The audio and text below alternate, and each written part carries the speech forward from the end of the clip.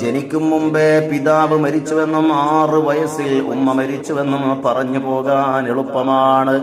അന്ന് ആ പിഞ്ച് ഹൃദയം അനുഭവിച്ചു തീർത്ത അനാഥത്വത്തിന്റെ നോവ് എത്ര വലുതാണെന്ന് നിങ്ങൾക്കറിയോ?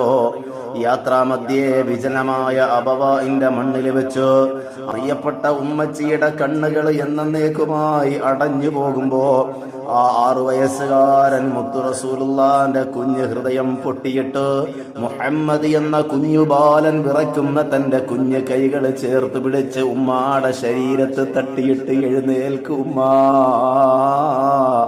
ഉമ്മച്ചിയെ ഒന്ന് കണ്ണു തുറക്കന്റെ ഉമ്മാ. നെഞ്ചു പൊട്ടി വിളിച്ചുകൊണ്ട് ഉമ്മാനെ എഴുന്നേൽപ്പിക്കാൻ നോക്കുന്ന മരണത്തിന്റെ മാന്ത്രികത തിരിച്ചറിയാത്ത പ്രായത്തില് ഉമ്മ ഉറങ്ങുകയാണെന്ന് കരുതിപ്പോയ മുത്തുമോന്റെ മുഖം നിങ്ങൾക്കറിയോ? ആമിനാനെ ഖബറടക്കി പിരിയുമ്പോ ഉമ്മാന്റെ ആ ഖബറിലേക്ക് തിരിഞ്ഞു നോക്കി ആശകളും കൊതികളും തീരാത്ത ഒരു പൊന്നുമോന്റെ തിരിഞ്ഞു നോട്ടമുണ്ടല്ലോ.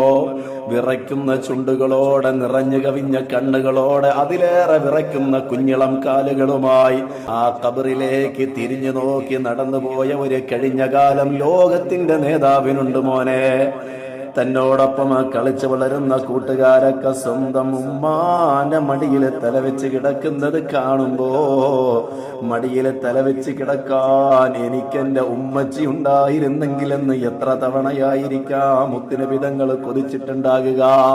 ഉമ്മച്ചി പറഞ്ഞു തരുന്ന ആയിരക്കണക്കിന് കഥകൾ കേട്ട് ആ മാറോട് ചേർന്ന് കിടക്കാൻ കഴിഞ്ഞിരുന്നെങ്കിലെന്ന് ആ ഹൃദയം എത്ര തവണയായിരിക്കും കൊതിച്ചിട്ടുണ്ടാകുക.